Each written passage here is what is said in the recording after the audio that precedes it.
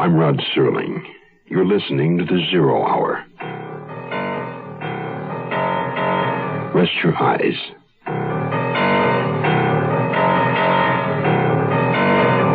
Exercise your imagination. This week, Stanton Forbes' labyrinth of tropical intrigue. But I wouldn't want to die there. Starring Nehemiah Persoff, Brock Peters, and Marge Redmond.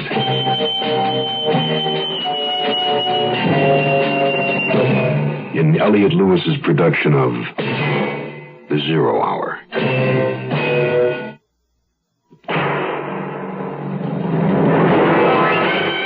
The Mutual Broadcasting System presents The Zero Hour. This is The Zero Hour on Mutual Radio.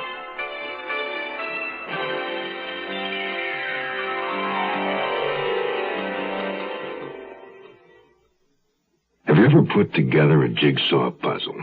Begin with the pieces that have a flat edge. They form your perimeter, the frame.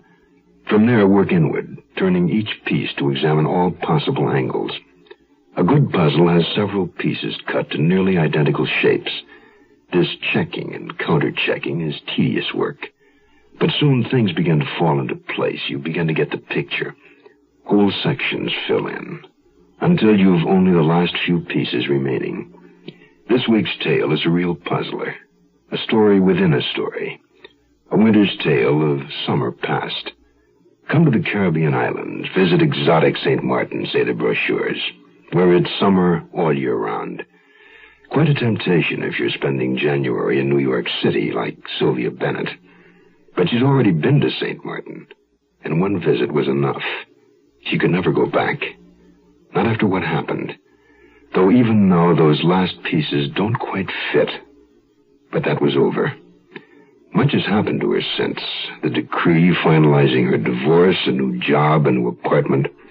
And now her mind was made up. For Sylvia Bennett, New York in January was perfect. For suicide. For Sylvia Bennett, St. Martin is a nice place to visit. But I wouldn't want to die there. Our story begins.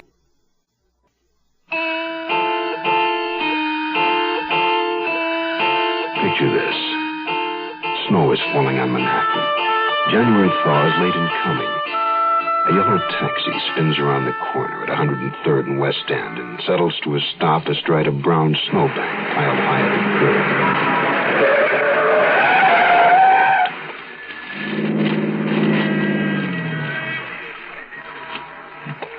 A woman steps from the passenger side out into the ice and slush. A handsome woman of 42. Her expression is one of bitterness. The windshield factor, perhaps. A gust of wind off the Hudson River swirls the virgin snow into her determined face as she struggles her way indoors.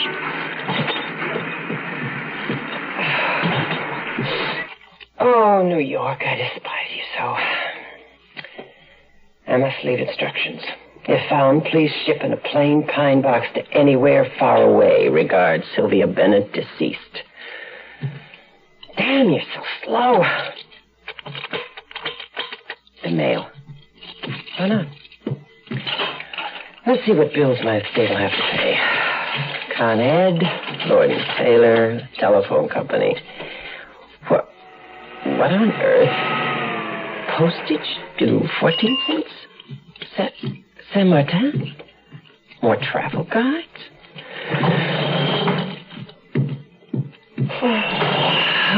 No more trips for Sylvia. No more bills. No more of this hideous planet. And this time, no slip-ups.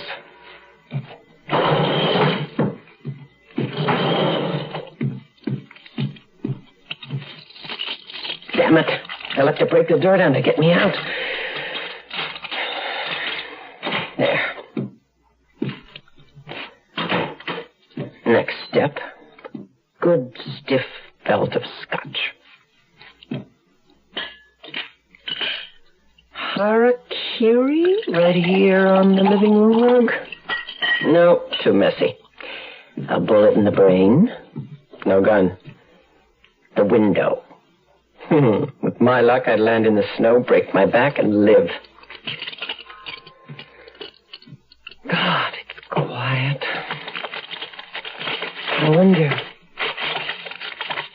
Oh, these pages. Dear Sylvia, don't throw this away, please. The way I look at it, you owe it to me to read it.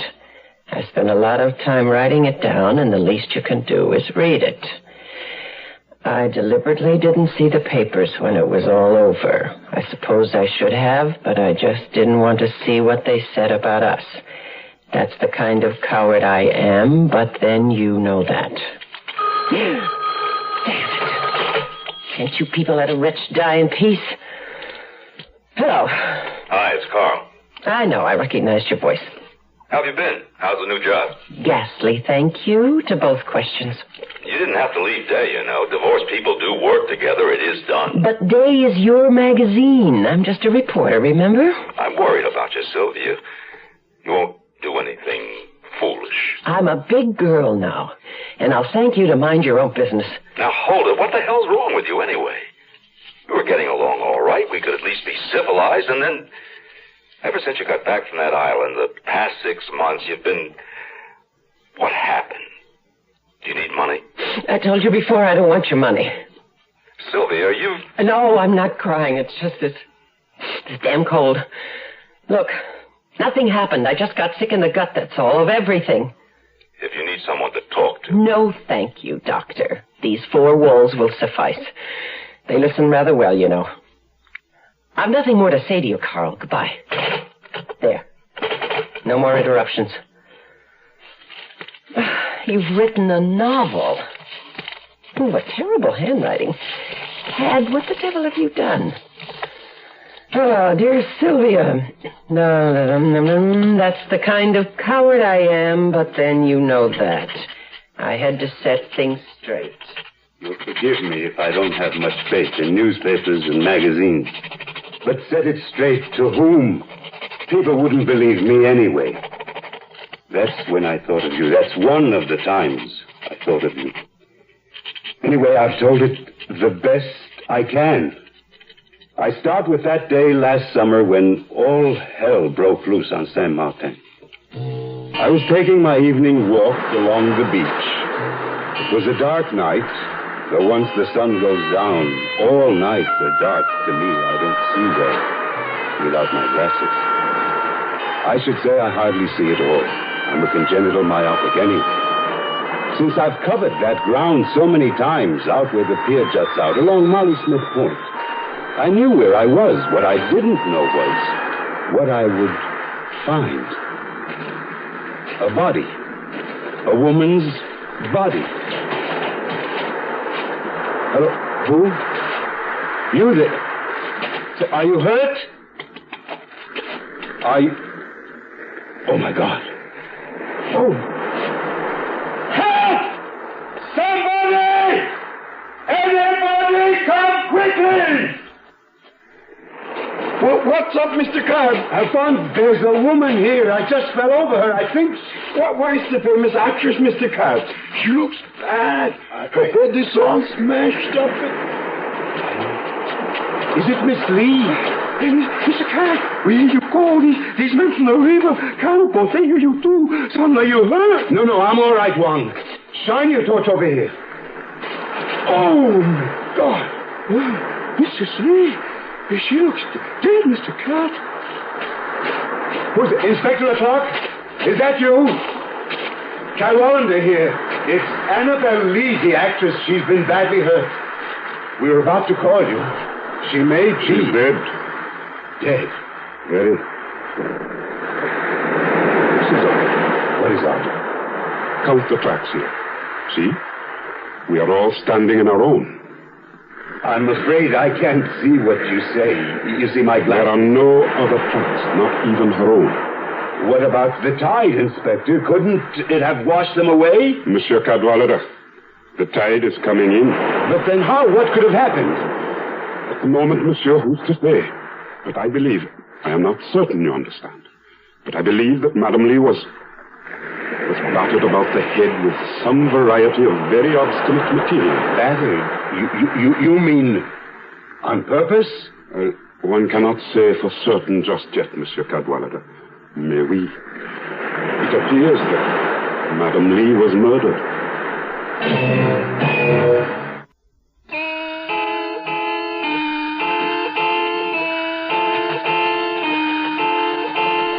It took me a long time to fall asleep that night. I couldn't get that terrible image out of my mind. To quote Poe as best I can, the beautiful Annabel Lee in her sepulchre there by the sea, in her tomb by the sounding sea, lying there in the surf in her white bathing suit. Her head, a terrible sight, awful. I keep a supply of very potent sleeping pills on hand for just such emergencies. I took 3 that night, which was more than I'd used for since the days when...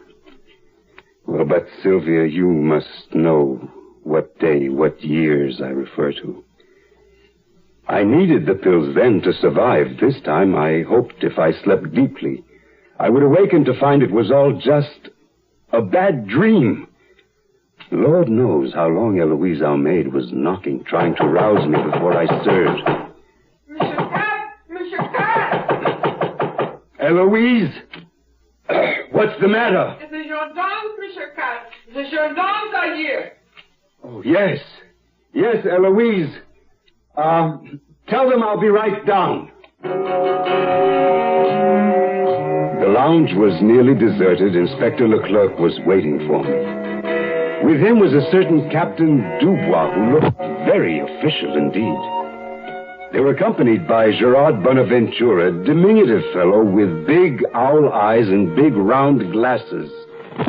Gerard was owner and editor of the Island Voice in Saint Martin's only newspaper. Do you know yet, was she murdered? Even now, Dr. Fortier is conducting his post-mortem. Have you been able to reach her husband? The guests in the house, Bates, I believe is their name, have sent a cable to Puerto Rico. They are trying to reach Mr. Lee by telephone as well. There is no Mr. Lee. You see, that was her stage name. His name is Tolliver, Robert Tolliver, very big in New York advertising. A genius, I read somewhere. He sold his business last year and retired. Excuse me, Mr. Card. Eloise say you need new handles on 2 windows. You drive me to Marigot for them? Yes, as soon as these gentlemen are through, Alphonse. For the moment, we are through. Fini. Your presence will be required should we have an inquest. I understand. Come, I'll show you out. If I can help in any way, I'll be here, of course. And Gerard, you will spell my name correctly. 2 L's. Do not worry. I have all that you say right here, Mr. Cad. I must admit, I admire Alphonse's nerve as a passenger, the way people drive on Saint Martin and the roads. Between the potholes in the grade and the livestock crossing at will, it's a virtual obstacle course. And I must remind you that my eyesight isn't all that it could be. If Alphonse was frightened, he camouflaged it well. When is Mr. Max returning? Watch out, Mr. Cad. House crossing up ahead. Mr. Max will be surprised that he missed all the excitement. Mr. Cad, Mistress Lee promised me a present, but she never gave it to me. A yellow wig with long curls for the carnival next year. You ask Mr. Tolliver about it when he gets home. Not right away. Wait until after the funeral. I'm sure he'll give it to you. But why can't I ask Mr. Robert for the wig right away, Mr. Card? Well, he'll be very upset about his wife's death. He'll be very, very sad for a while. Oh, I don't think so, Mr. Card. He used to hit Mistress Lee real good. Make her cry, make her eye black all the time. What? Did you tell that to the gendarmes? The gendarmes? Of course not, Mr. Card. They didn't ask me.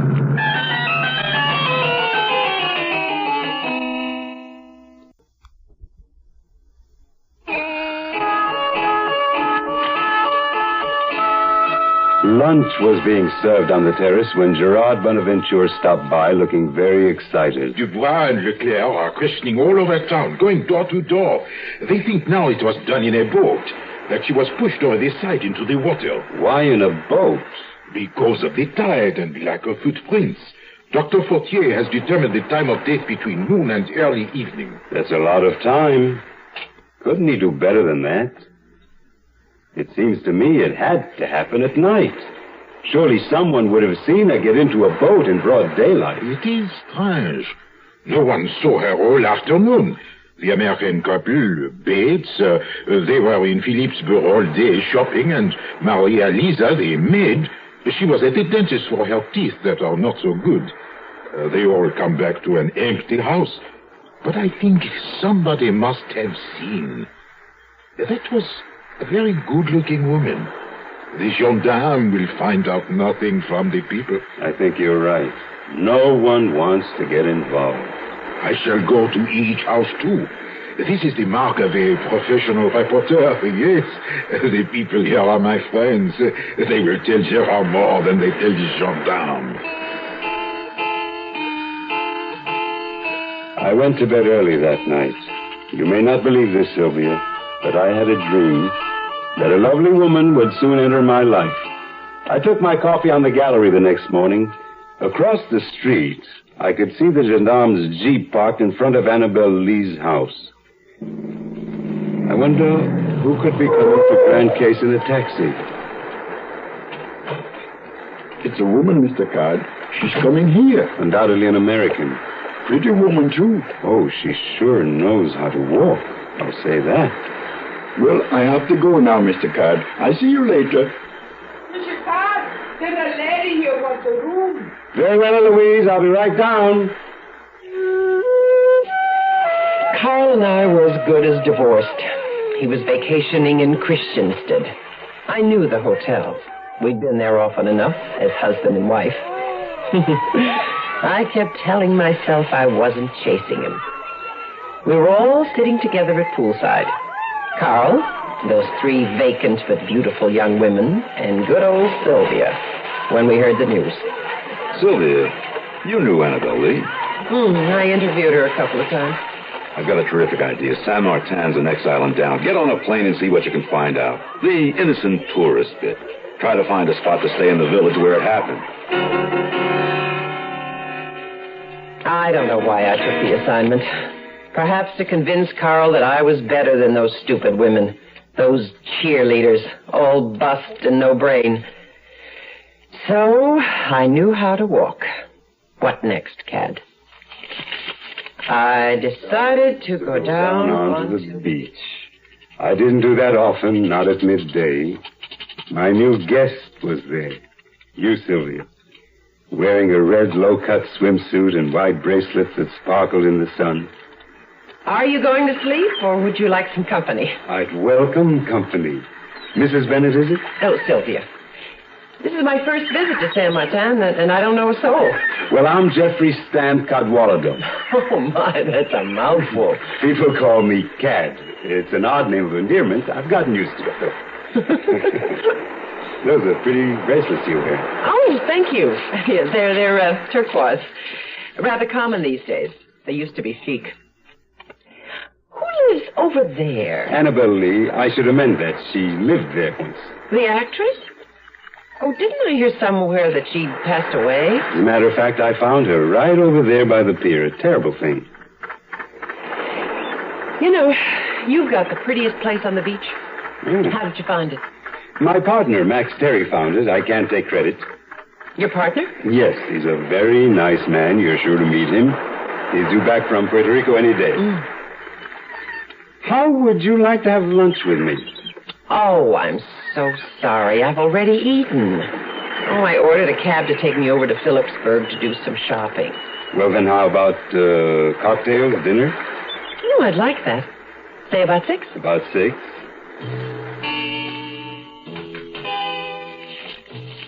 Poor Cad. You were even more blind than you imagined.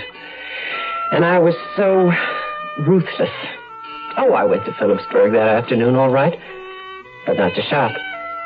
I went to the telegraph office and wired St. Croix asking for information. Somehow, I was perplexed and frightened by a big teddy bear of a man with thick glasses. He reminded me of someone. A face in the newspaper, and the name, Max Terry. Suddenly, while looking at my own reflection in those tinted eyeglasses before leaving the beach, the names and faces crossed a span of 25 years.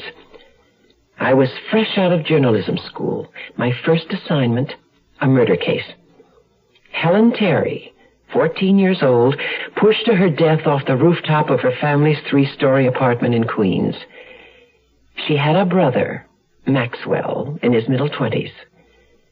And he had a friend, a heavy-set, myopic friend who was found guilty as charged. But the other name, not Cadwallader, but Johns. Joseph Johns. Oh, Cad, I had to do it. Please forgive me.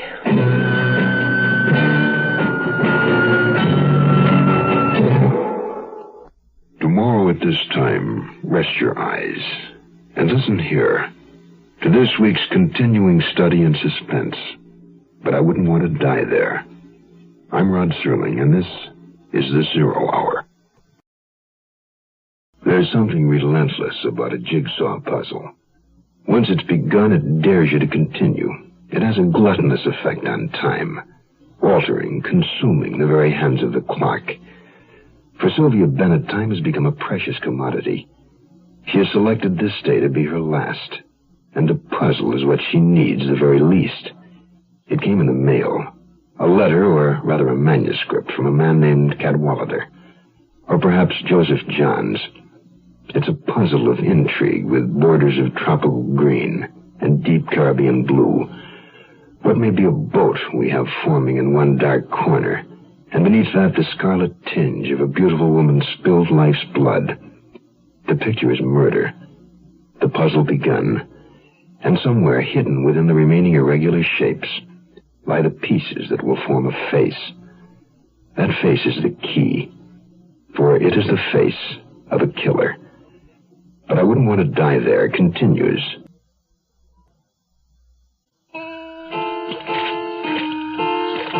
The morning of the second day. The sun was setting behind Molly Smith Point. It seemed particularly brilliant, hot orange, pink and gold. We watched it set, saw sky and sea turn to shades of purple. Remember? I studied you, Sylvia. You were lovely as a painting. Cadwallader. That's an unusual name. I've heard it somewhere. One of Salinger's people? How do you like Alphonse's special concoction? We call it No Big Thing. Somewhat of a misnomer. I'm afraid it's rather potent. No, that was Stradlater or something. Tell me about your ex-husband. Touché. Shall we be friends? Tell me, Mr. Cad, what do you hate? Personally, I detest accordions. So do I, and moray eels. Bad grammar, pretty men, too elegant women. Women who, no, people who talk too much. Liars, I hate liars. Unless there's a good reason, and they do it well. Hey, kid, I'm back. What the hell's been going on? Who's that? That's Max, the brains of the outfit. I'll introduce you. Max, I'd like you to meet Mrs. Sylvia Bennett. She's taking a room with us. How do you do? How do you do? Can't I leave you alone for a couple of days without the sky falling, Chicken Little? It's all over the San Juan papers. Annabelle Lee, dead. Yes, I found her. Excuse me, I have to go to the ladies' room. You feeling all right? I'm fine. It's no big thing. Ken, now listen, there were reporters on the plane back. You know what this will mean. We'll probably do a booming business. You know what I'm talking about. Max, you just got back. You're tired. Maybe you should rest a while. I can't wait. I've got to talk to you. Later, I've got a date for dinner. Eloise, have you seen Mrs. Bennett? She's out on the terrace, Mr. Cad. She asked me where you are and could I bring 2 more no big thing. I bring them now? Very good, Eloise. Thank you. Monsieur Robert is outside, too. Annabelle Lee's husband? Oui. I want to see you, Cadwallader. Mr. Tolliver, I didn't expect to see you so soon. Please let me offer my condolences. Never mind that. I want some straight information on what happened to Annabelle, and I want it now. I'm sorry, but someone is waiting for me on the... They can wait. I'm afraid they can't. Look, I'm sick and tired of getting the runaround. Just what the hell do you mean, Tolliver? You've got a lot of nerve barging in here, shooting off your mouth that way. I mean Cadwallader found my wife. I got some fairy tale from a French cop about your friend out beach walking. Well, he's going to have to do better than that. Look, I'll be glad to answer any questions. Cad, you don't have to put up with this garbage. Cool off, Max. Everybody's all wound up. I'd like to hear what Mr. Tolliver has to say. I got plenty to say. For openers, I think you were making it with Annabelle. Or trying to. She wouldn't put out, so you clobbered her. Wait a minute. Hold it, Max. I don't want him in here. Take it easy. Take it easy. He's wrong. Now, look, you're wrong. I've only spoken to the lady when you've both come in for dinner. Besides, why should she be interested in a fat old man like me? Because Annabelle was interested in anything that wore pants. Not only that, she complained about a peeping Tom, she said, when she was getting dressed or sunbathing. Somebody's nasty, she told me. Somebody's got a fouled-up mind. Well, Cadwallader, I think that somebody is you. And I suppose you didn't beat her to a pulp every Sunday and twice on holiday. You can't talk to me like... Sit down, Max! Shut up, Cad! I was in San Juan. San Juan isn't the other side of the world.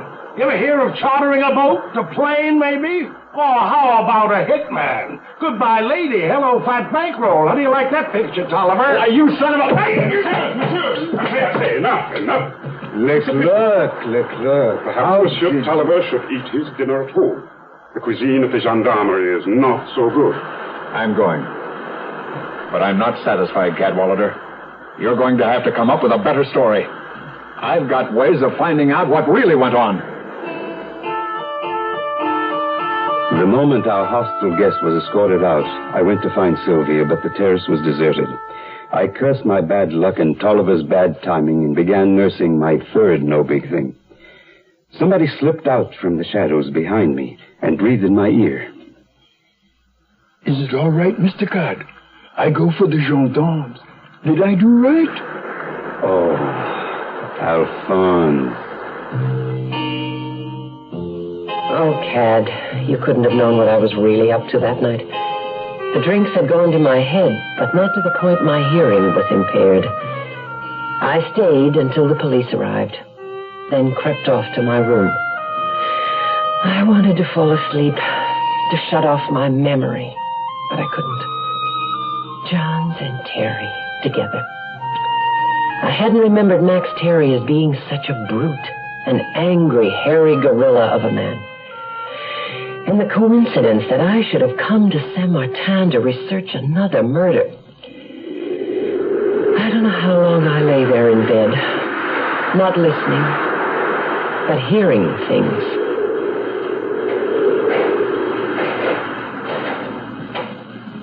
Hello? Is someone out there? Max Terry, Mrs. Bennett. What do you want? Just checking the cistern, Mrs. Bennett. Anything I can do for you? No. Thank you. Good night, then.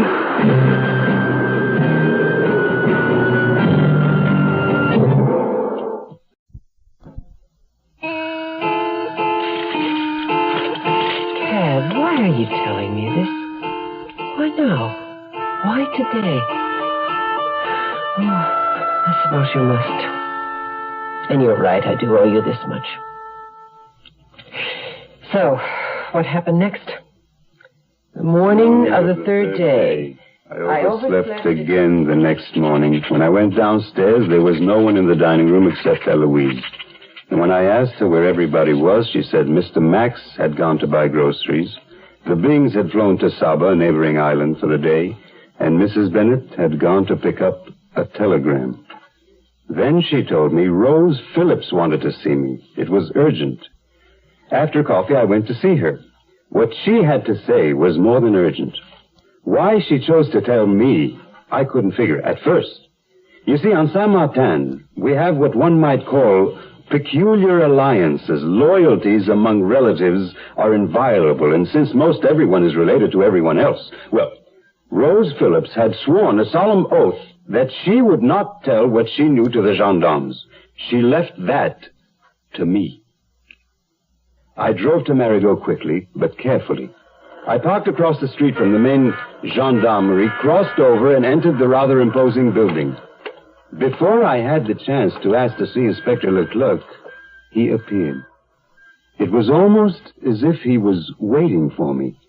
Leclerc came out through an inner door accompanied by a chubby-faced, stockily built man who was practically trotting. The man looked straight ahead on his way out. He never even saw me. He looked familiar, though I couldn't place him.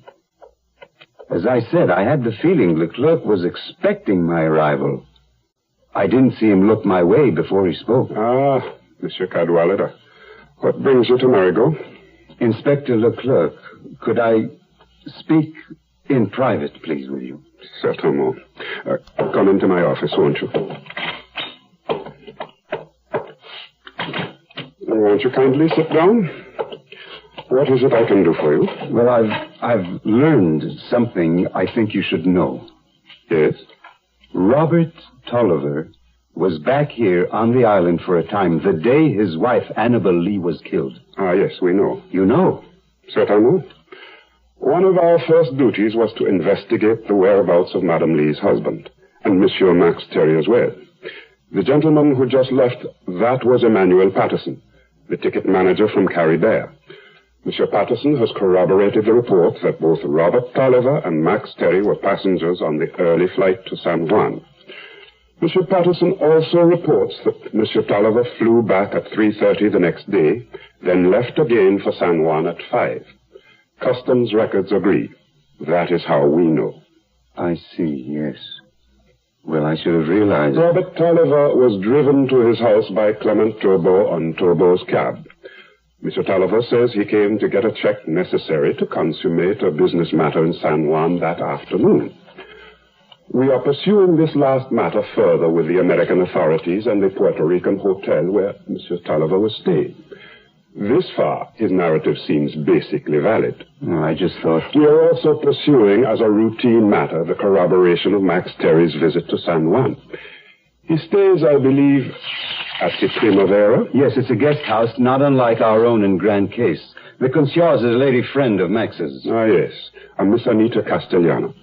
So you see, Monsieur Cadwallader, we are almost as efficient as your American forces. Yes, of course. Well, sorry to have bothered you. Oh, no bother at all. When I arrived back at the guest house, there was a young man I'd never seen waiting for me.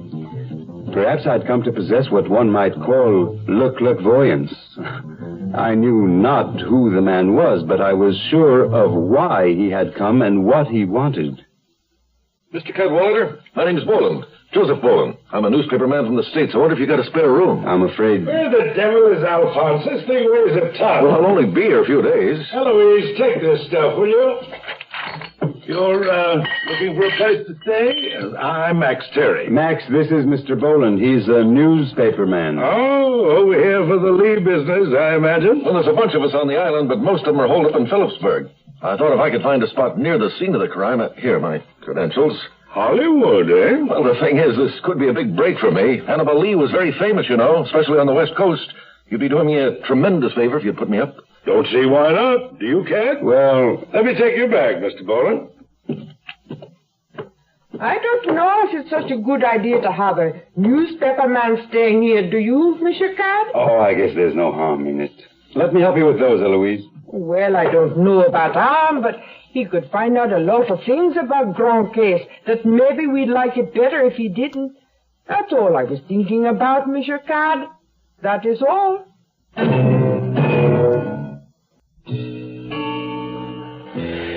Now, where were we? Let me think. Oh, that must have been the day I went shopping. Oh, Phil, you're such a good liar when you want to be. Carl's cable with the lowdown on the Joseph Johns case had come. If this was the same man, if Cad was Johns, if this was another of my $1 million hunches... Cad, poor teddy bear. I found you in the shade of the front gallery. Hello, Cad. Isn't it a lovely day? Oh, hi there. I missed you at lunch. Care to join me? I heard you went to town. Something about a cable. Oh. Oh, yes, from my ex-husband. Not bad news, I hope. He's bad news. He wanted to come here, so I had to wire back. Dear ex, stop. Don't you dare. Stop, Sylvia. You think you'll get the message? You're not very subtle. No, I don't suppose I am. Who lives over there? That fascinating old house.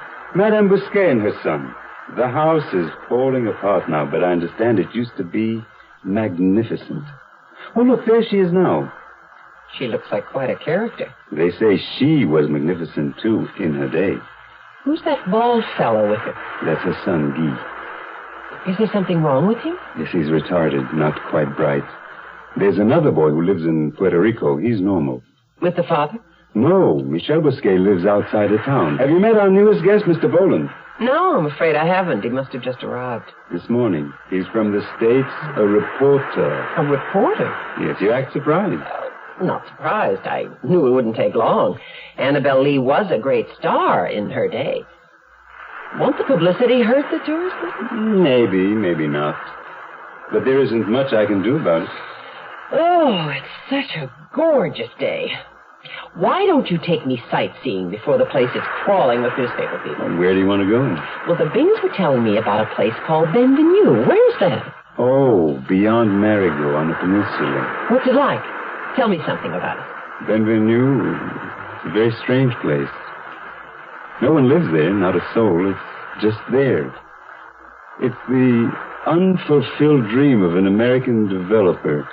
A few years ago, this American hired a French architect to design the plans for a city that would combine the past and the future, Mediterranean in feeling, with all modern conveniences of the jet age. Construction was begun. 3 4-story buildings, all built of stone, with walkways, courtyards, fountains. And then the money ran out. The crews left. They won't be back until someone invests another fortune. In the meantime, Benvenue sits and waits, all stone and glass and empty. Sounds lovely. It is, in a strange way. Could we go there? Oh, it's a bit of a drive. I don't really trust my eyesight. I'll drive. Very well. We'll take my car. I'll tell Max we're going. Well, I want to get my camera. I'll meet you downstairs.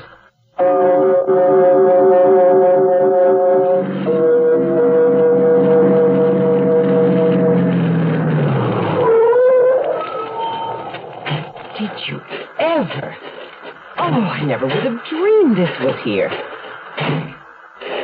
Tad, stand over this way. No, I'll ruin the picture. No, you won't. You handle that camera like a pro. Oh, it's just a hobby. I adore color slides. There's a spectacular view from the top apartment. You can see Marigot and Phillipsburg, both sides of the island. Not Grand Case? No, we're behind the hills. How beautiful it would have been. Oh, won't anyone finish it ever? Maybe, one day. If the money man finds another money man. You see, that's what they call him here. The money man. Do you know him? No, his name is Tanqueray. He hasn't been on Saint Martin so far as I know during the 6 years I've been here. Somehow, I rather like this place.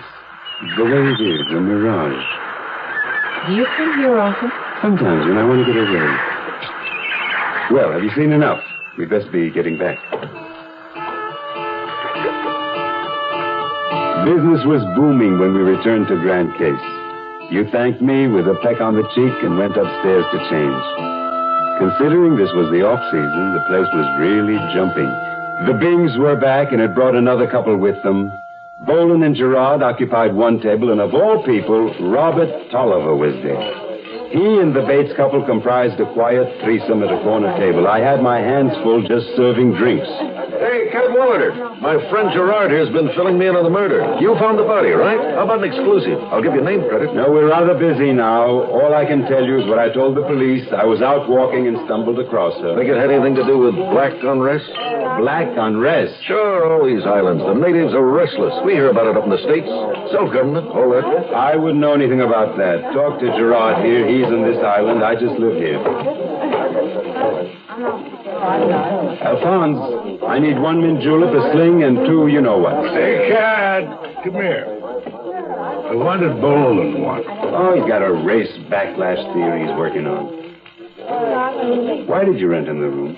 He doesn't have to be here. Oh, wise up, Cat. These guys can write anything. At least if he's here, we can try to win him over. Be diplomatic. Give the drinks, Mr. Cobb. Thank you, Alphonse. For any of these for Tolliver, I'd like to poison this. Max, be diplomatic. People came and went all through the evening and night. The Tolliver party left early. We got rid of the last around 2 a.m. Max counted up the evening's receipts, slapped me on the back, and went off to bed. I must have sat there alone for a long time. I thought about you, Sylvia, about how pretty you looked that night.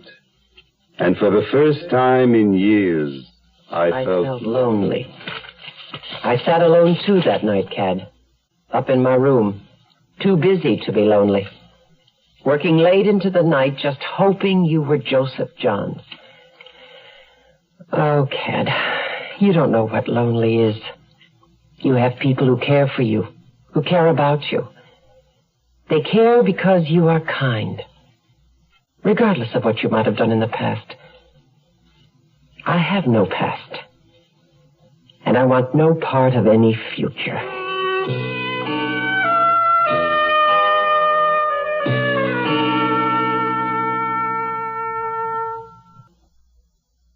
Tomorrow at this time, rest your eyes and listen here to this week's continuing study in suspense.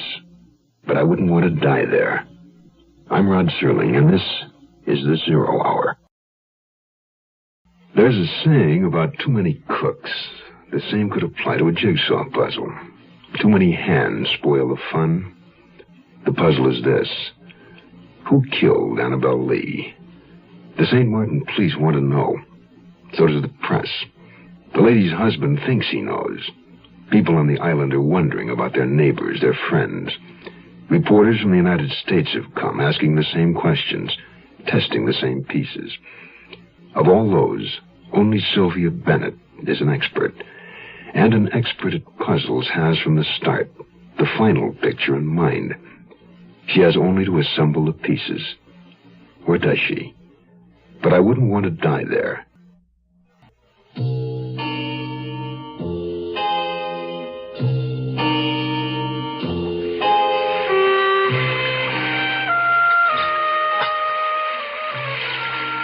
Oh, wonderful, effective. You sold yourself to death with the coffee. By rights, I should be separated from my soul by now. This letter, Tad, you're so long-winded. Don't you realize you're obstructing history? I should be indebted to you for this reprieve. Is that it? Well, I'm not. But I read on because I must. Be merciful, please. Be quick about it. The fourth morning. A yowl like that of an animal awakened me. What on earth? What's that? My specs. Where are my glasses? Cat, wait for me. Let me by. Eloise, has someone been murdered? Let me by. Cat, wait. Eloise, what happened? The gendarmes have taken Madame Bousquet's son to the gendarmerie in Margot. But why? Was that the boy screaming? I'm not certain, but I believe it has something to do with Mistress Lee's death. How could that be? Here comes Alphonse. Maybe he knows.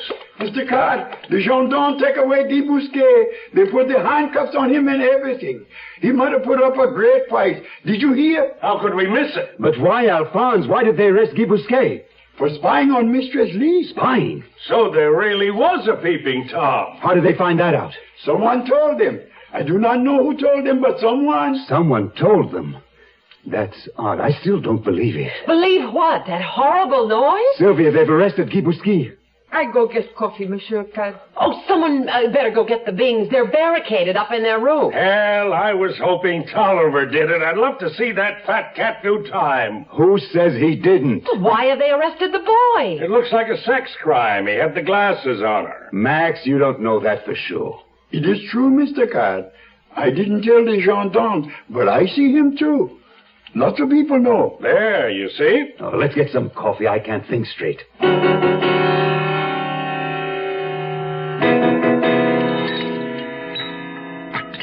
I still don't buy it. Thank you, Eloise. What's to buy? He's male, isn't he? But they're so sure she was killed in a boat. I've never seen Guy Bousquet go anywhere near the water. He never leaves that porch. I suppose it's possible. Well, of course it's possible. It makes sense. Somebody with scrambled eggs for brains? We don't know that he's mental. Slow, I know, but mentally disturbed. Will there be a trial? Aren't you two being a little quick to judge? Hey, I need a car and fast. Gerard said they'll be taking the kid to Marigot. I hear there's a reporter from Day Magazine on the island. I gotta scoop that guy. Well, Rose Phillips has a car she rents. Thanks. My, the intrepid reporter. Well, at least now we can get back to normal. Tolliver will get the hell out, and the news hands will go home where they belong. And people will forget. You know they do, Cat. They always forget. Yes, I suppose you're right. And I certainly won't miss the American press, such vultures. How would you like an island celebration this evening, Mrs. Bennett? Cad, you think we can swing it? We'll open up the terrace for a barbecue on the beach. Well, it might be slightly premature, don't you think? Wouldn't Friday be better? We draw a bigger crowd. Maybe Gerard could put an ad in his paper. Now you're using the old head. Here's the real brains of this outfit, Mrs. Bennett. I'll take a quick inventory and see what we need. Smile, lady. I'm a very nice fellow when you get to know me. You'll see. He's right, you know. Max is really a great guy once you get to know him. I'm sure he is. Where are you off to? Well, somebody should tell Bousquet about his son. I think I better go out to his place. I won't be around for lunch. I'm going off on another shopping spree. But when I get back, may I invite you to have dinner with me? I want to show you I can behave like a lady. Would you like to eat somewhere else? We don't have to stay here. Well, what do you recommend? I'm rather partial to the mini club in Marigot. The mini club it is, then. If you'll drive, I'm even less reliable at the wheel after dark. Maybe you'll keep me on as chauffeur. I work very cheaply. Any time. You could even take it up as a profession. If you can drive some of our roads, you can drive anywhere. Adieu. Adieu. Cad, I can't find Alphonse, so I'll have to do the marketing myself. Oh, I just spoke to Gerard. The ad's all set. I'm going out myself for a while. But I guess I can hang around. Oh, go on. Eloise can hold the fort. I won't be long.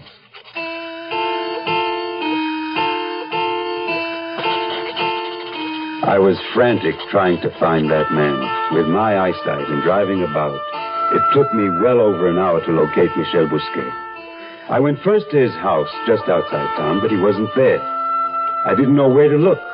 It was just a lucky break that I ran into Leon DeLong, who was clearing brush nearby. He told me Michel Bousquet had gone to Point Blanche that morning. I finally tracked him down in the little fisherman's bar tucked beneath the pier. Apparently, he was unaware of what had gone on in the morning, though my only clue to this was the pained expression that crept across his weather-beaten face when I told him his son might be charged with murder. He went off, poor man, to see if there was anything he could do.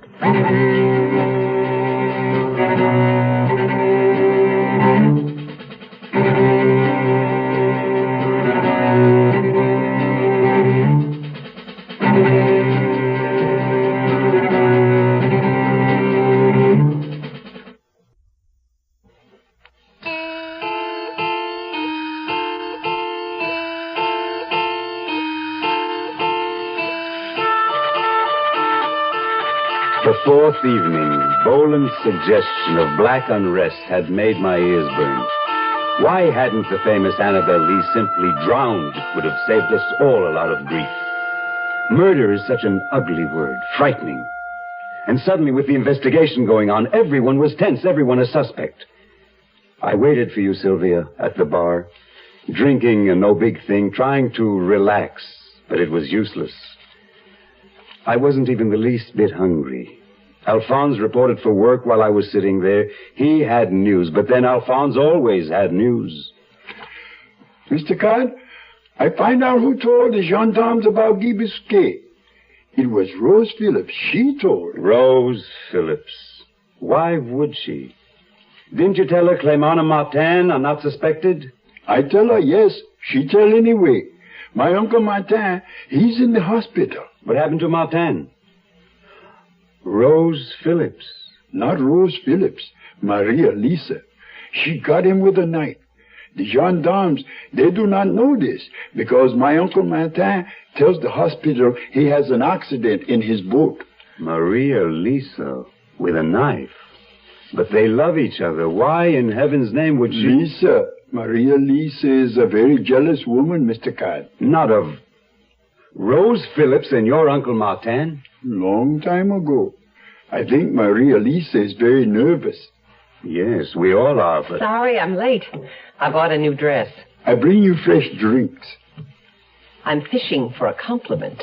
You look smashing. I've never seen you wear your hair up that way. You've been hiding your beautiful neck all the time. Oh, thank you, kind sir. I brought the papers. 2 days old, of course. They're full of Annabelle Lee and Saint-Martin. Sylvia, I don't want to even think about Annabelle Lee this evening. Thank you, Alphonse. Alphonse, are the Bousquets back? Only Madame et Monsieur. But all is quiet now. So they're holding Guy. Here now, none of that. It's your house rule. You just made it. No Annabelle Lee. Let's get out of here. Wait, let me finish my drink. I'll tell Max we're leaving. Get another night off from school? I'll just let him know. We do as we please within reason. Oh, Cat, I was only teasing.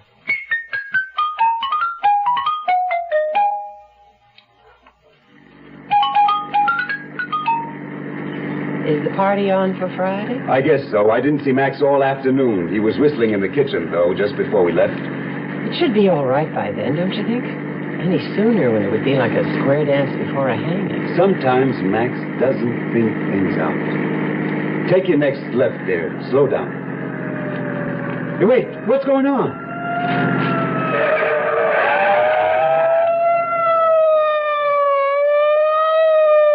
Let's follow. Then something's up. Where in the... What's out this way other than... Other than that, if you knew nothing. Whatever's going on, it's going on there. Outside of Marigot, it's 2-lane paved highway with very few curves.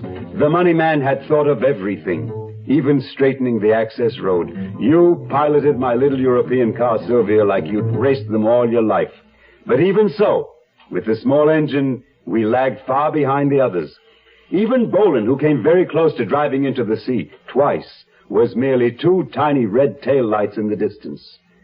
When we got to the gate by the dirt construction road, it seemed the whole peninsula was lit up by the reflections of the glass of the whirling red beacons. There was a good deal of running around, remember? The entire police force was there. We were stopped at the gate. Thank God you're here. They won't let me in. Use some of your influence on these clowns, will you? Mr. Boland, you'll never learn. What's that supposed to mean? Mr. Cadwallader, what are you doing here? Inspector Leclerc. Mrs. Bennett and I were about to have dinner in Marigot when we kind of got caught up in the traffic. What happened here? Perhaps you had better come with me. Hey, what about me? Just you, Mr. Cadwallader. Not the lady, I think. Now, look here. I'll wait in the car. Just Monsieur Cadwallader. I demand you let me pass. I'm a member of the American press. But you are not on an American island. You better wait here, Boland, or you'll end up in jail yourself. The gendarmes take a dim view of interference. Please, Monsieur Cadwallader. Come now. I am afraid we have a new development. A somewhat unpleasant one. Is Guy Bousquet here? Did he tell you to come here? You are very curious tonight, Monsieur Cadwallader. What you will see might make you wish you were not so curious.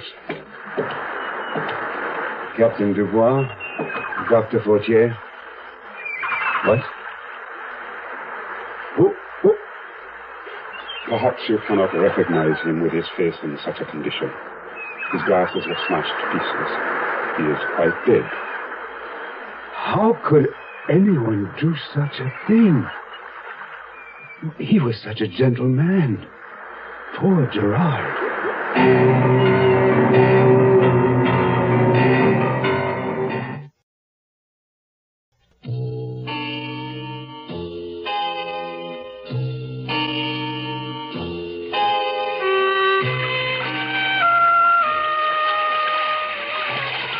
Tad, I'll never forget your face when you came back to the farm. It must have been an ordeal. Gerard dead. That's all you said to me. You looked awful. All the color was gone from your face. But your voice, I heard anger. The 5th day, word of Gerard's murder, the second within 5 days, spread havoc rapidly throughout our part of the island. A local had been slain, and the citizens reacted, primarily in fear. My perpetual morning cup of coffee was brought to me by Eloise. Thank you, Eloise. What is it? You look worried. The gendarmes have called a meeting. They want everyone in Grand Case, everyone except the children, to come at 3 o'clock this afternoon. They will open the schoolhouse for the meeting so that all can get in. I see. All right, thank you. Monsieur Cad, Alphonse said that Gerard Bonaventure has been killed. Is that true, Monsieur Cad? Yes, I'm afraid it is. Is there something else? Do you want to tell me something? He was just here a night ago. I just don't know, Monsieur Cad.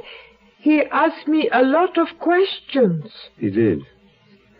Well, that wasn't unusual. Gerard asked everybody a lot of questions. That was his job. But the questions he asked me, they are about you, Monsieur Cad, and this house and everybody in it. Did he now? About me? What did he want to know about me? What you and Monsieur Max do in America, where you live, things like that. I say, Gerard, why do you want to know these things? And he say, I just curious, Eloise. We don't know very much about many of the aliens on the island. That's what he call you, aliens. And then he say, perhaps we should know more about them before we let them live here. Well, please try not to worry, Eloise. You did the right thing. There's nothing we can do now. The gendarmes will find whoever killed Gerard, believe me. Everything will be all right. Oh, Eloise, have you seen Mrs. Bennett? She went to town. I hear her say she used up all her film and needs to get more. All right, thank you. Oh, wait. Where's Mr. Boland? He went somewhere, too, in Rose Phillips' car. I don't know where. Oh, okay, that's all. Thank you. Run along now. Try not to worry.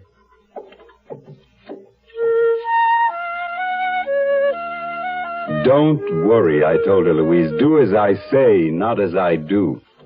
I was worried.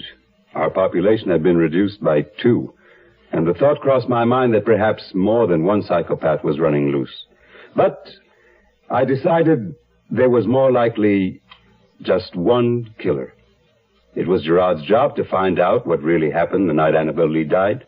Perhaps he did, and was silenced by the only living person who knew. Just about anyone could have done it. In any case, I was worried. Eloise said that Gerard had been asking questions about me. If the real killer wasn't found, it could have gotten sticky for me. But that was a long shot, wasn't it, Sylvia? A man could go crazy worrying. Anyway, we were running a guest house, not a detective agency. I went to the kitchen to see if Max needed help. Got 2 free hands if you need them. Don't need them. You've heard about the Mass Inquisition? Eloise told me. Cad, listen. I've been thinking. You haven't been off the island in years. Now, why don't you take some time off? A vacation. Vacation? What do you think this is, work? No, I mean it. No, I don't think a sudden trip would be a very wise thing to do on my part. Besides, until these murders are solved, the police will want us all to stick around. Someone hops a plane, and bingo, there's your killer. And I didn't do it. Did you? Don't be funny. We didn't need this to happen. You said we had to play it by ear. Maybe we'd get lucky. For 6 years, we've had nothing but 4-leaf clovers. Don't worry about it. I'm not. That's for sure. Gallivanting around with that Bennett woman when you know the place is crawling with... Just acting natural. Oh, natural hell. You haven't been seen with a woman since you got here. Max, I know this sounds foolish, but I believe you're jealous. Don't be a jerk. Relax. We'll just stay put. They'll find whoever did it, and then things will be back to normal. People will forget. They always forget. Isn't that what you told me? Sure they forget. Unless they're reminded by snooping fools who can't let things be. The pryers and tattletales. The good liars of this godforsaken world. I didn't need more film. I needed to make a call. That morning, I phoned Carl from Phillipsburg. It was a bad connection.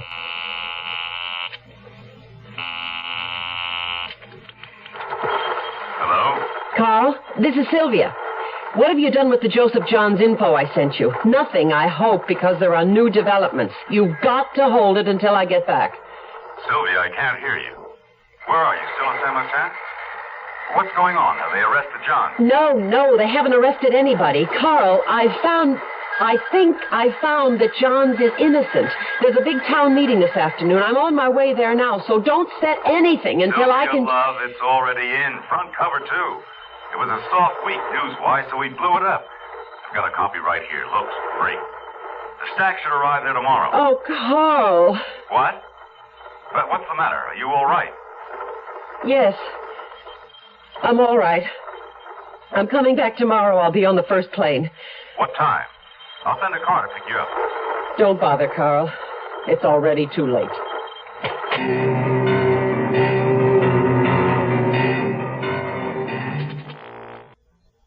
Tomorrow at this time, rest your eyes and listen here to this week's continuing study in suspense. But I wouldn't want to die there. I'm Rod Serling, and this is the Zero Hour. Have you ever wondered about the person tucked away in a corner of a toy factory, cutting jigsaw puzzles, taking a finished picture and cutting it up so someone can spend hours, weeks, piecing it back together, feeding the wood or pasteboard into the blade at any desired angle? I wondered about such a person. So too must Sylvia Bennett. The picture she thought she was making is suddenly many new pieces. More red in another corner. The blood of the island newspaper editor. She's no longer sure that the face she thought would be at the center will be there. And as she sits in her New York apartment, reading the letter, the instruction sheet, Sylvia Bennett has reason to believe this puzzle may have more pieces than she first expected. But I wouldn't want to die there. Continues.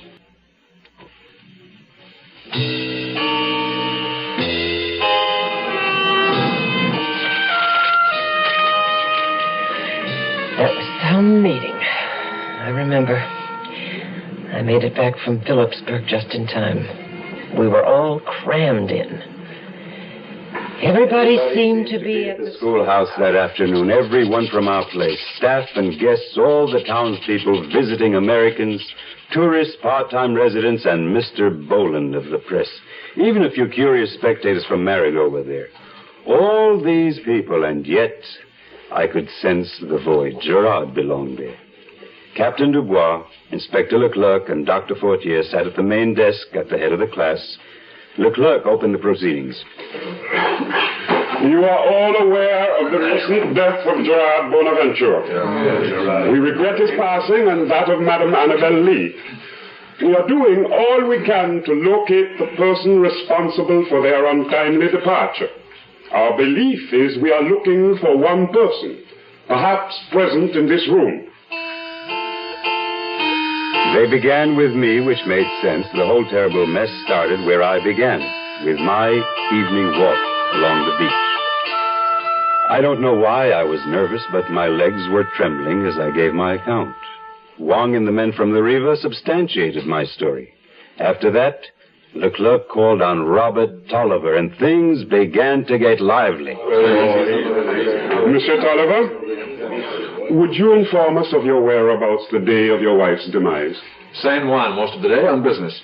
Flew back here for about an hour that afternoon, picked up a check from my wife, and flew back. This business you speak of, the acquisition of Benvenue, was it satisfactorily completed? Not entirely. It's a very complicated procedure. Is it not strange that you did not take this check when you first left? Tanqueray pulled a fast one. He wanted a binder right then and there, a large amount of money. I was afraid he'd call the deal off if I didn't come up with it, so I flew back to get it. And your wife was alive and well? I told you she wrote the check. When it comes back with my statement, I'll hand it to you. We have ascertained from Monsieur Tanqueray that there was such a check. Don't think we doubt that, Monsieur Tolliver. Look, I can account for every second I was back here. I know what you're trying to pull, and I'm not going to let you get away with it. Tolliver got red in the face from all his shouting and had to be yanked down into his chair by his friend Bates. The clerk continued with Maria Lisa. She spoke very quietly, giving short answers. Annabel Lee was not a cold person, she said, a kind woman who kept to herself. She had no close friends in Grand Case and never entertained, though visitors dropped by from time to time. Tolliver was smoldering. Did you see him, Sylvia? I could tell it wouldn't be long before he blew. Max was just the one to set him off. Monsieur Terry, you were in San Juan that day, too. That's right. Your pension there has so agreed. Customs have verified both you and Monsieur Tolliver as having boarded the same early flight, though not together. As a neighbor, tell me, how did you feel about Madame Lee? Well, I felt sorry for her. She seemed such a lonely person, a big star. Probably most people were afraid to talk to her. Lonely, you say? And yet she had a husband. Well, it's common knowledge they didn't get along. That's a lie. There was a terrible bruise on her face one time, and she told me that he gave it to her. You're lying. That's what she said. She ran into a door. Yeah, the door at the end of your arm. Monsieur Tolliver, please be seated. This is a farce. Look, we argued. Who's married that doesn't? She wasn't the easiest woman in the world to get along with, but I never hit her, never. I was on my way back to San Juan when it happened, and I could prove it. Alphonse Tabor, we've been told you spoke to Madame Lee at times. What can you tell us about her? Oh, she was nice to me, sir. She promised me a week for Carnival. My Uncle Martin did not like me to go there, or Oliver either. He said she was a trouble lady. Hey, what about Uncle Martin? You said you thought she might have been in his boat. We have no evidence that she was.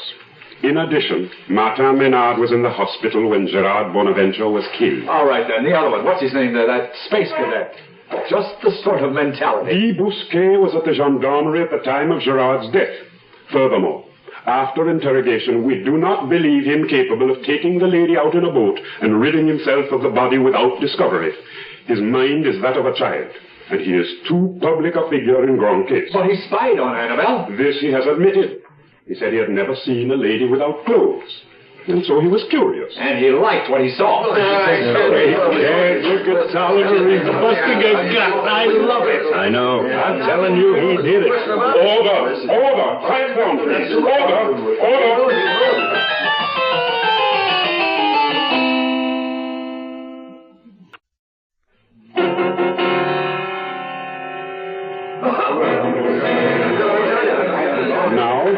We go to the matter of the second murder.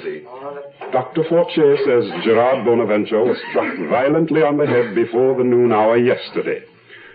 According to his secretary, Gerard left his office at 11 o'clock. On his way out, he left an advertisement for copying. That advertisement was for you, Monsieur Tay. We judge, therefore, that you talked to Gerard Bonaventure perhaps yesterday morning. Yes, I did. At what time was this? Oh, around 10:30. Around? 10:30. I told him what we wanted the ad to say. He read it back to me and said thanks. I was rushing off to the market. And that is where you went after the telephone conversation? Yes. Returning when? Oh, I guess close to 1 o'clock. The lunch crowd was coming in. We were very busy. Monsieur Cadwallader must have had his hands full serving such a crowd. No. Eloise and Therese were there alone. I'd gone looking for Michel Bousquet to tell him you'd taken Guy to Marigot. I went to his farm first, but he wasn't there. Then I ran into Leon DeLong, who told me I might find Michel in Pointe Blanche. Did you find him? Yes, in the bar under the pier. At what time? 12:30 maybe. It took me a while to find him. Michel Bousquet arrived at the gendarmerie at 1:15. Allowing him a half hour to reach Marigot from Pointe Blanche, it would seem you saw Monsieur Bousquet after 12:30, Monsieur Cadwallader. That's possible. Why are you concentrating on us? What is this, a frame? What are you trying to do? Monsieur Terry, this is a public inquest. We are attempting to identify a pattern. We are not accusing anyone. Now, please sit down. Thank you. According to testimony, as you have heard it, Madame Lee left her house sometime in the afternoon, after her guests and maid had gone into Phillipsburg. After, her husband says, 4 o'clock. Where did she go? They saw her leave the house. She told Gerard this. I heard her. Mademoiselle, you will tell us what she saw. Therese told me Madame Lee was walking on the beach toward Molly Smith Point. She was wearing a white bathing suit. What hour was this? 3 o'clock. 3 o'clock. She was certain. It had to be 3 o'clock. We go home at 3:30. She's lying. I don't know why, but she's lying. Wasn't Therese just a little curious to see where Madame Lee was going at 3 o'clock? Didn't she see her meet someone out by the point? Someone with a boat? No. She told me Madame Lee was walking by herself. If she left at 3, she was back by 4. Interesting, is it not? Why she was doing all that coming and going. Especially when she didn't anticipate your return, Monsieur Tolliver. Or did she expect you? Yes, she expected me. I called from the San Juan airport. And she must have been very weary from running home from the point. She must have run very fast because no one saw her come back, did they? Anyone? All right. When I got to the house, she wasn't there. She knew I was coming, but she wasn't around. You never saw her that afternoon? No. How did you get the check then? It was there on the desk under a paperweight. No note, nothing, just the check. All signed and ready. So I grabbed it, said to hell with her, and left, and that's the God's truth. Why then did you lie to us? Why say Madame Lee was there when she was not? Please. Monsieur Tolliver, we are waiting for your answer. I have a reason. I had a reason, a good one. The legal matter of the check. If she died before I got it, well, we're not sure it's good. Surely, Monsieur Tolliver, if it were not, your own funds would be more than sufficient to cover the amount. Of course, but my money's not so easy to get at. It's tied up. It's all very complicated. I should say so. I know what you're thinking. I know how it looks, my being there, like she wouldn't give me the money, so I bopped her with a paperweight or something. But damn it, that's not what happened. I didn't kill her. I didn't lay eyes on her. I can prove I didn't, and you can't prove I did. Please, Monsieur Tolliver, repeat to us your whereabouts on the morning of the second murder. You can't pin that on me. No way. Bates and I were at the airport arranging for shipment of my wife's body. I've got a dozen witnesses. Yes, so you have told us. That's the truth. Yes, we know. Nevertheless, it will be interesting to see your wife's check when it is returned. It is always so intriguing to examine the signature. The autograph, as it were, of a famous person. I don't like your attitude. Thank you all for coming. We will let you know when we have anything further. This meeting is now adjourned.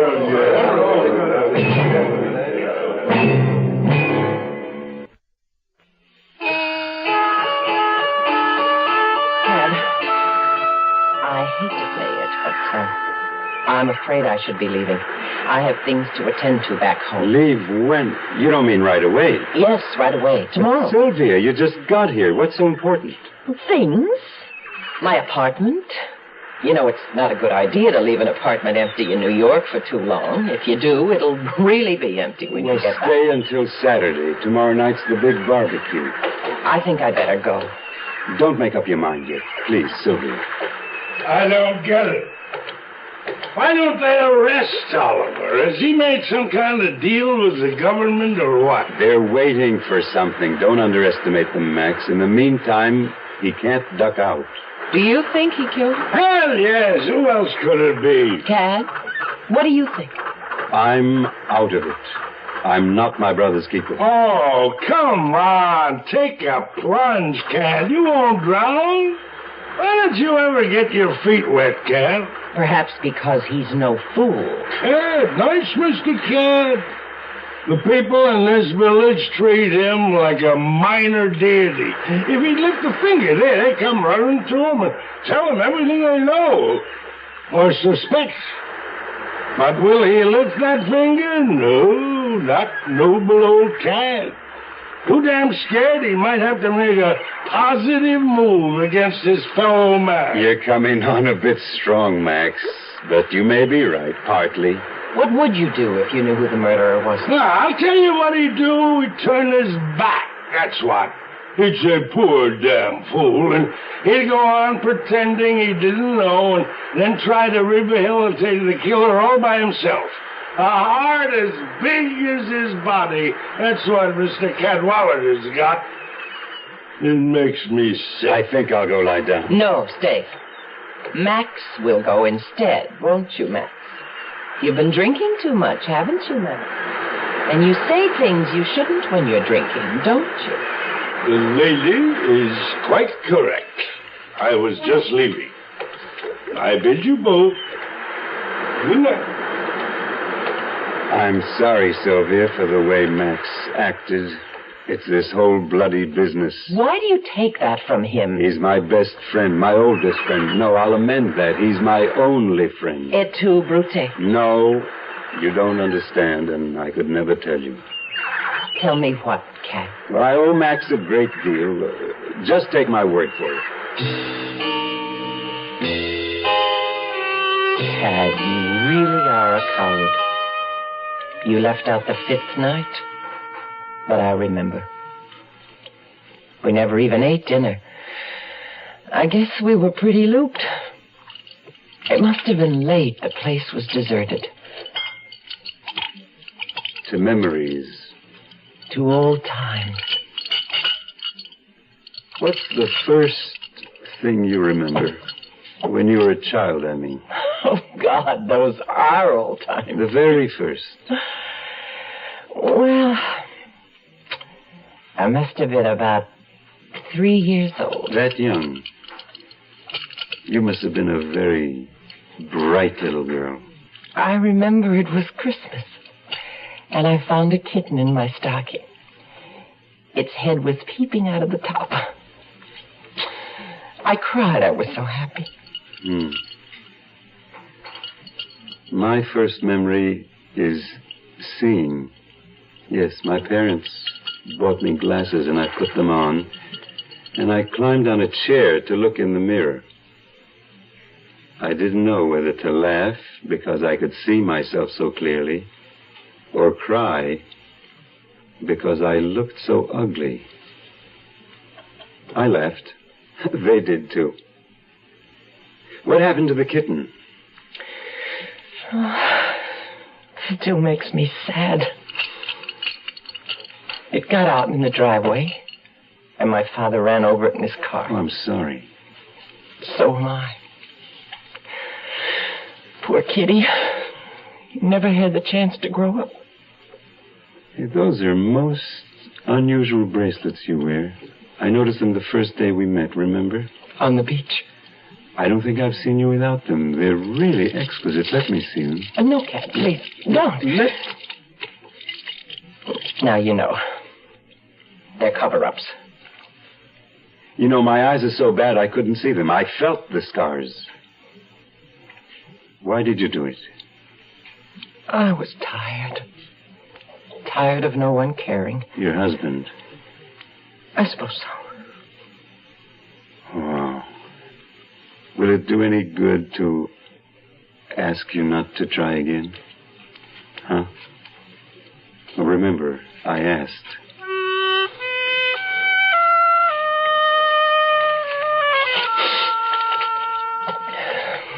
We walked up the stairs together then. I felt so sorry, so ashamed. I knew what would happen the next day, and I knew I wouldn't be there. When I asked you into my room, Cad, you reacted so strangely. Were you shocked? Or pleased? I couldn't tell. I knew what I was doing, and yet 25 years. It was Joseph Johns I opened my bed to, not you, Cad. All right, Cad. Throw the switch. Squeeze the trigger. I have no last request. Tell me in your own words how I betrayed you. Just how was it for you when I left? It was the 6th day after I stumbled over the inert figure on the beach by Molly Smith Point. A day accentuated by a profound sense of loss. You, Sylvia, for reasons I would soon discover, left without as much as saying goodbye. If you had, your words fell upon deaf ears. When I awoke, you were gone. We on the island lowered Gerard into the ground that afternoon. I was in no mood for a party, but as host, I had my obligations. About the time the sun departed, our guests began arriving. For an hour or so, everything ran smoothly. Alphonse mixed, I served, Max and the girls brought out food, and everyone had a grand time. When people turned their attention to eating, I decided to take a walk.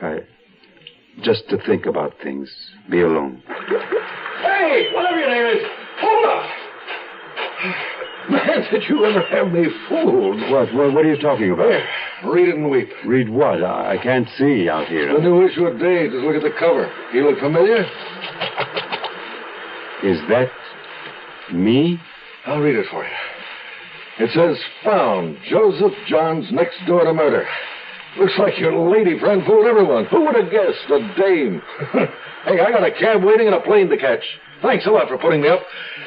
And look, I don't know if you did it, but I wish you all the luck in the world, Johns. You're gonna need it.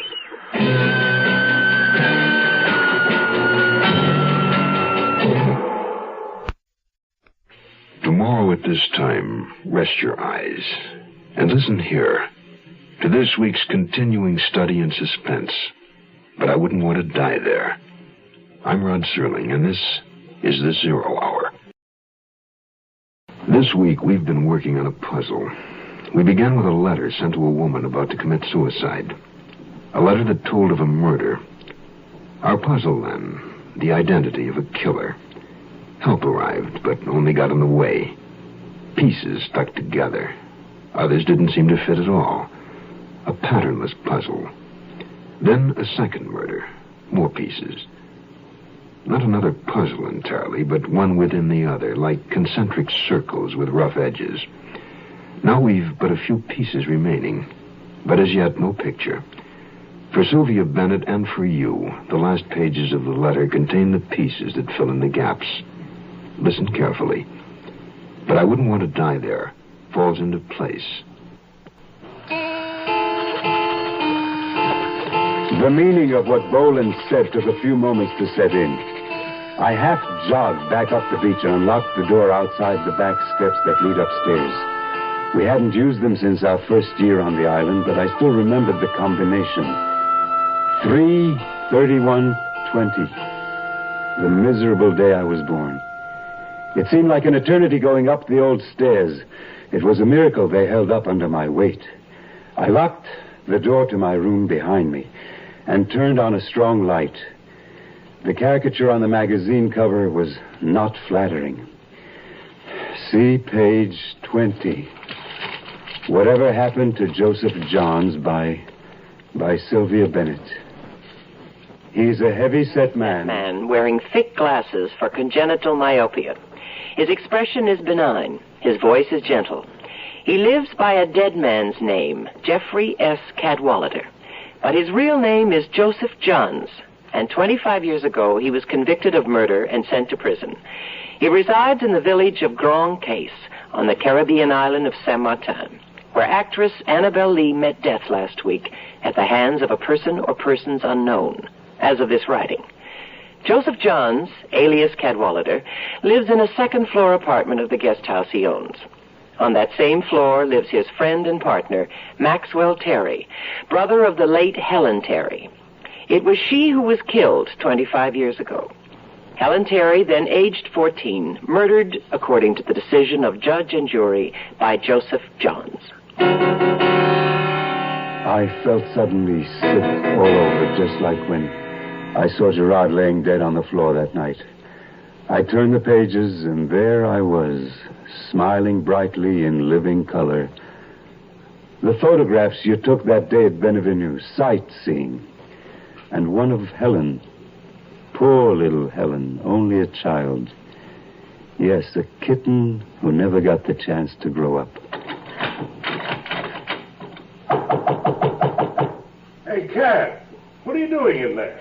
Open up.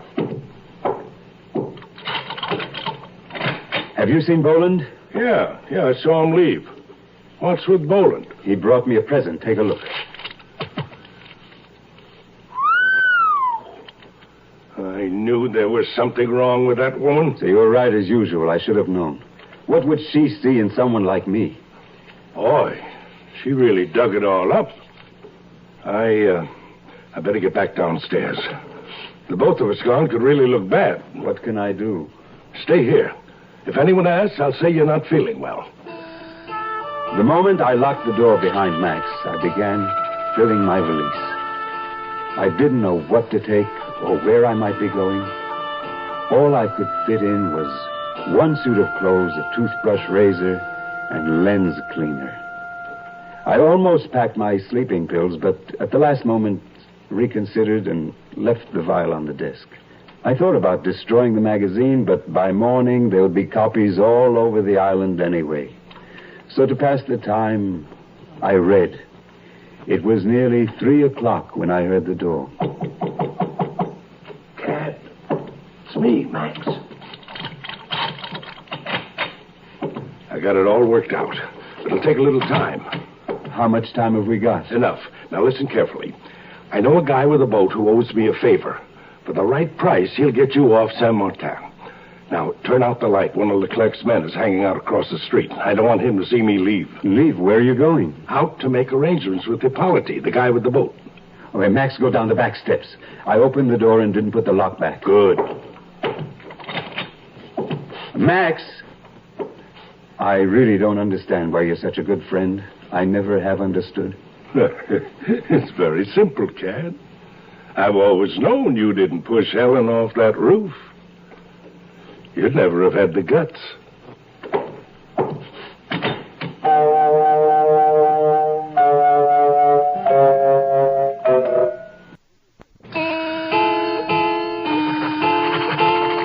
I heard the station wagon pull away and listened for a car to follow, but none did. Max had managed to slip away. In the bureau drawer, I found the whiskey I kept for, bitter nights, and I took a long swallow from the bottle. Then I waited. I must have dozed off because I didn't hear anyone come up the stairs, but somebody was knocking quietly at the door. Mr. Card, it's Alphonse. I got to talk to you, Mr. Card. Let me in, please. Mr. Card, you come with me. Alphonse, what are you... My brother Oliver has something to tell you. Something he's seen. Something he's seen? Yes, he will tell you. He has a way. He says, bring you. He says, you are kind to him. You smile to him, you wave to him. Come with me now, please. The house was dark when we got there.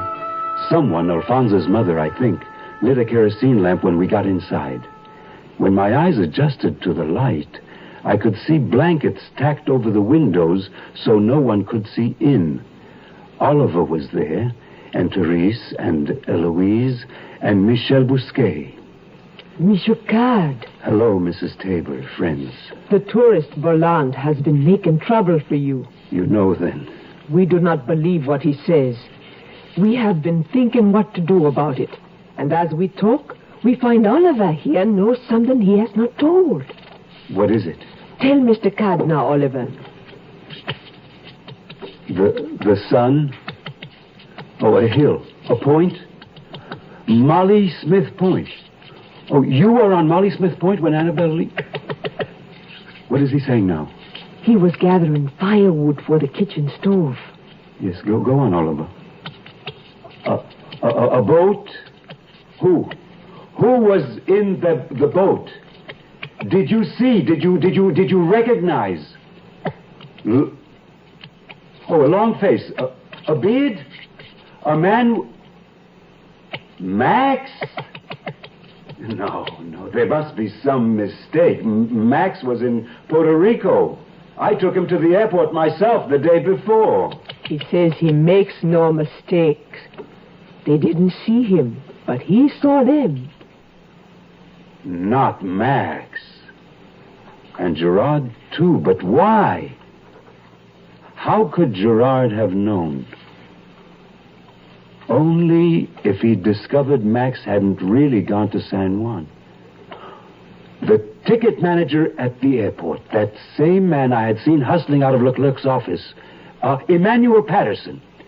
I had to hear it from him. I told you, I don't know any Max Terry. A week ago, yesterday, the early flight to San Juan, a full load, remember, Emmanuel. I am the new ticket manager. That was my first day. Yes, but there was a line at your ticket counter, Emmanuel. A woman with a dog in a crate, and Robert Tolliver, who gave you a rather hard time, as I recall, and then there was a fellow with a beard. A beard? Yes, Max Terry. I see lots of people. I have a very important job. I see lots of people with beards. Yes, but this bearded man, he bought a ticket from you. He checked through customs and then came back to me and said he was going to get coffee. You remember the flight was delayed and there was no use in me hanging around? I don't remember what you say. I'm sure you recall checking the passenger list at... Look, don't you remember, Emmanuel? I'm certain you do. You lied to the gendarmes. You told them Max Terry was on that flight. I didn't lie. They asked to see my passenger list. They asked me, did these two men buy tickets to San Juan? I said yes. Yes, but you know one of them didn't go. You don't call that lying? I didn't know who didn't go. It could have been anyone. That's another lie. You must have known about the murder, so you were afraid to tell the truth. Huh? You were afraid to say that Max Terry didn't fly to San Juan, but you didn't lie to Gerard, did you, Emmanuel? No. I told Gerard. He was my friend. He said not to worry. He would see I didn't get in trouble. I didn't know. It was my first day. You don't know how hard it is for an island man to get a good job. And then when Gerard... Thank you, Emmanuel. I'm sorry it turned out like it did. It's almost over now. Don't worry. Your job is safe. And Emmanuel, thank you for the truth.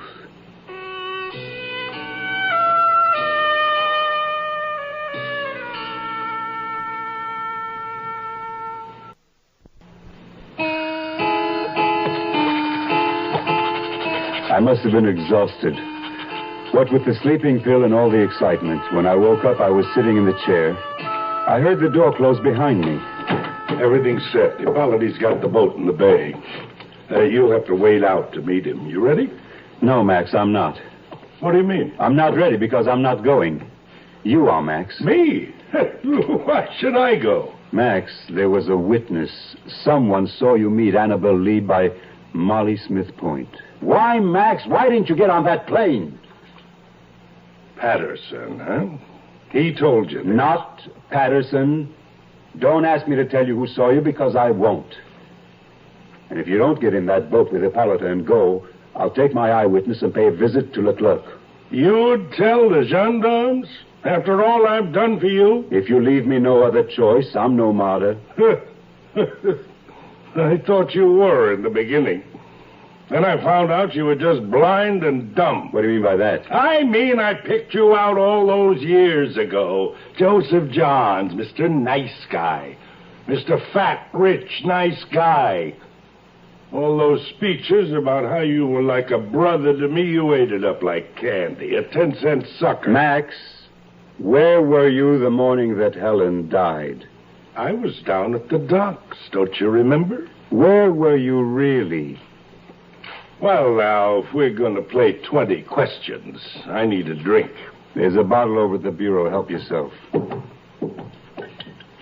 You know, Max, I heard Helen scream. I can still hear it. She was gone by the time I reached the roof. No one was up there. But somebody could have been hiding. There was a chimney. I wouldn't have known. My glasses were much weaker. You looked right at me, I thought. You really didn't see me, did you? All the time you were in prison, I thought you were taking the rap for me. I went up there to do in one of old Lady Frederica's pigeons, and I did, too. Wrung its neck. But Helen saw me. She was going to tell, so I shoved her. She fell off.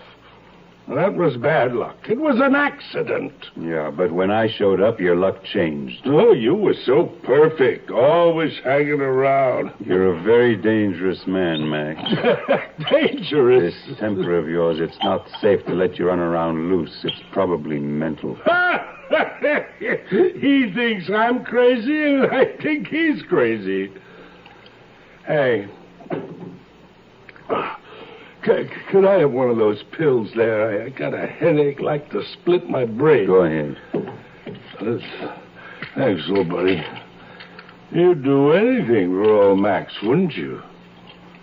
Wouldn't you, old buddy? It was the saddest night of my life listening to Max's confession, watching him destroy himself. But I did what I felt was fair. It was his choice. The more drunk he got, the more resigned he became to his fate. He blamed all the people who made things easy for him. His parents, Helen, Anita, Hippolyta, me, even the real Cadwallader, who he said took the bullet in Korea that was meant for him. But in the end, he did place the real blame squarely upon his own shoulders. It was high noon when Eloise found us sitting there, me with my eyes open, Max with his eyes closed. Monsieur Cadwallader, the gendarmes are downstairs. Tell them to come up, Eloise, and send someone for a doctor. I think Mr. Max has committed suicide. He drank a whole fifth of whiskey with a bottle of sleeping pills. I'm afraid he's quite dead. We buried Max in the cemetery down the slope from where Gerard lay. The gendarmes were pretty decent about it. Patterson told his story. They finally got some straight facts out of Anita in San Juan, and Oliver and I told ours.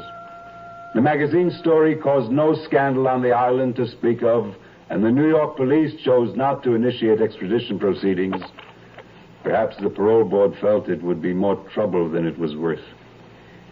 I had planned to visit New York City and a woman writer who might have been a friend.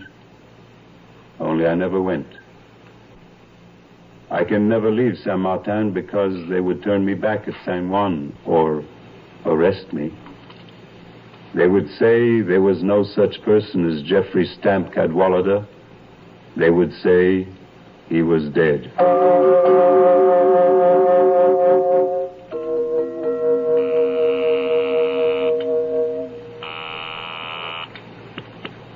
Hello?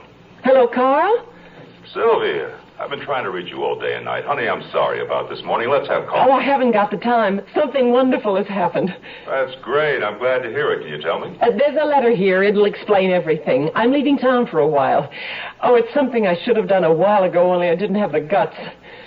You're not off chasing rainbows, I hope. I'm leaving the letter on the desk. I'll write to you at the office. Take care. Goodbye.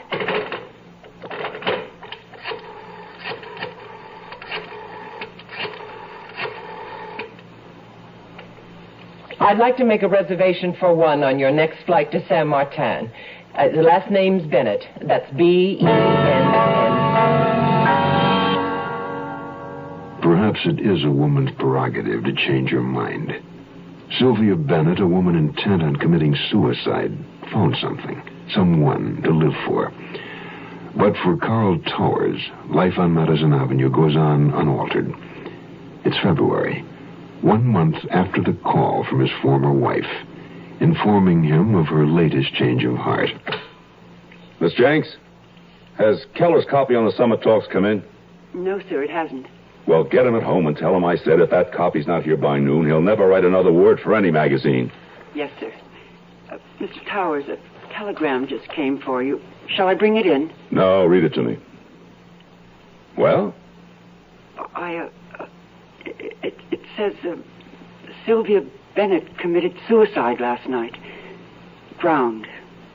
Can't express anguish. Plan to bury her on island. Wish it had been me. It's signed Jeffrey Stamp Cadwallader.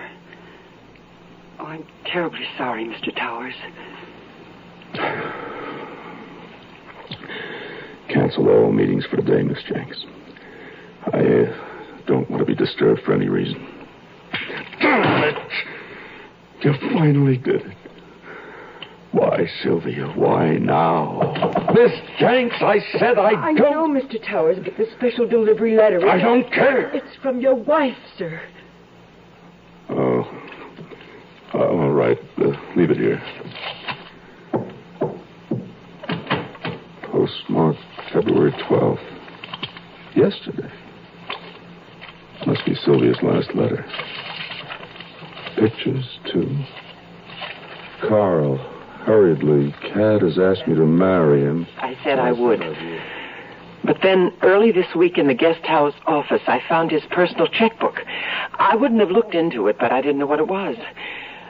I'm frightened, Carl. I'm frightened for my life. I'm sending you photographs of several check stubs I found. Please hold on to them. I'm afraid Cat has lied to me. Everything was a lie. The way he said Max set him up, everything he told me was a lie. It wasn't Max. It was never Max. Oh, Carl, I'm so frightened. Please come. Help me, Carl. Please help me. Sylvia. Check stubs. Pictures of checks. Paid to the order of Oliver Tabor, Newton School, $250. Paid to the order of Emmanuel Patterson, Carib Airways, $200. Oliver Tabor again. Nita Castellano, Primavera Hotel, San Juan. Apology Mercier. Anita Castellano. Everything was a lie. Help me. A plane, Miss Jenks. I want to be on the next flight to San Martin. I don't care how you do it, but get me on that plane.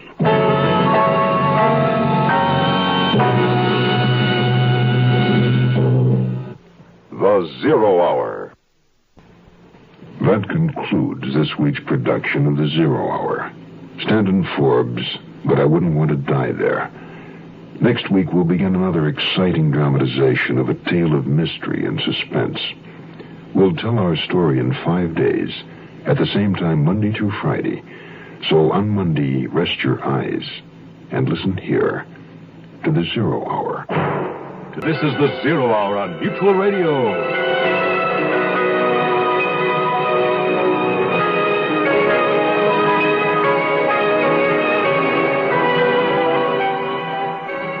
You have been listening to The Zero Hour, a presentation of the Mutual Broadcasting System in association with Hollywood Radio Theater.